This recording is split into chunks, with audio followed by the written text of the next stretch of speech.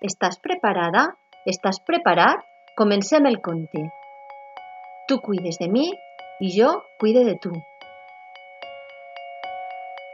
Hi havia una vegada que vingué volant un virus molt roí.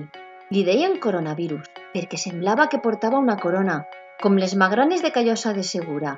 Que bones! Vivia amagat a la Xina, però un dia volgué conèixer el món. Com que no tenia cames, va decidir viatjar de persona en persona. El virus era tan ràpid que ningú el veia.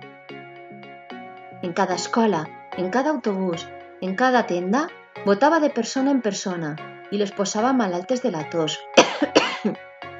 Botava i botava sense parar, com una granota, com un saltamartí, com un conill. Boing, boing, boing!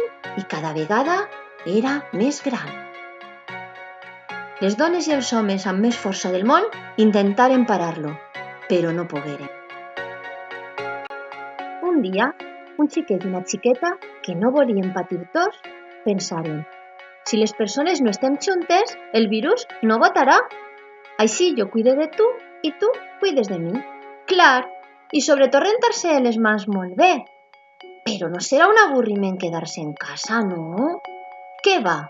Perquè podem ballar, cuinar, aprendre a posar-nos les sabates, cuidar de les plantes, dibuixar, cantar, mirar els núvols, contar contes, plegar la roba, parlar amb el veïnat per les finestres, contar xistes.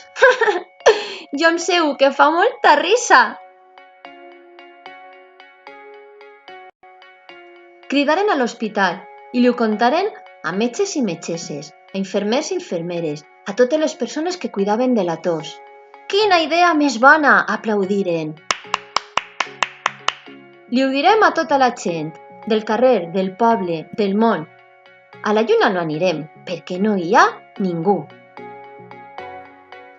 Cada dia que passava, l'enorme virus no trobava persones, ni a l'escola, ni a l'autobús, ni a les tendes. I es va fer xicotet. Xicotet! I desaparegué.